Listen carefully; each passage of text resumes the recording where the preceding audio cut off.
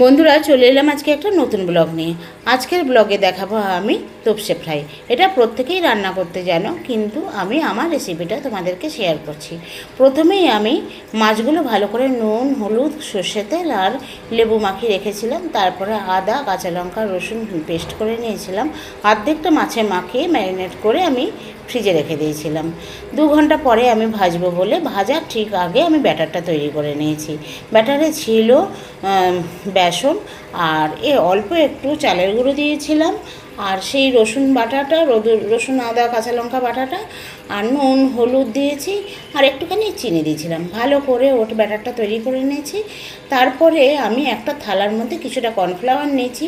ওই মাছগুলো এবার ওই কর্নফ্লাওয়ারে ভালো করে মাখিয়ে নিয়ে ব্যাটারে দিয়ে তারপরে আমি ভেজেছি।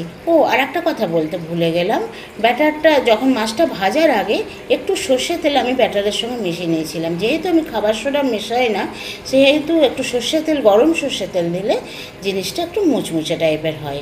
তো যাই হোক, এইভাবে আমি মাছগুলো ভাজলাম। তারপরে সার্ভ করে খেয়ে দিয়ে নিলাম। যদি তোমাদের ভালো লেগে থাকে তাহলে একটু লাইক কমেন্ট করো প্লিজ।